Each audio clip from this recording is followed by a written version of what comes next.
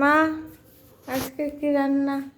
নিরামিষ মঙ্গলবার। আজকে সব বেশি বেশি করে খেয়ে নিবি। আজকে খুব ভালো রান্না। এখানে হচ্ছে পরোটা, আর এখানে হচ্ছে ভাত। এখানে করেছি সুজির পায়েস, একদম মাখো মাখো হয়েছে, বেশ কিশমিশ কাজু ঘি দিয়ে করেছি।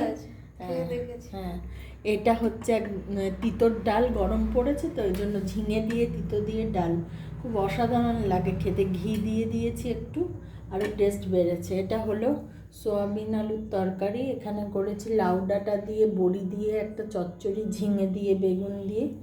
এখানে মোচার ঘন্ট, এখানে রয়েছে বেগুন ভাজা, এখানে হচ্ছে উচ্ছে কুমড়ো গরমের জন্য।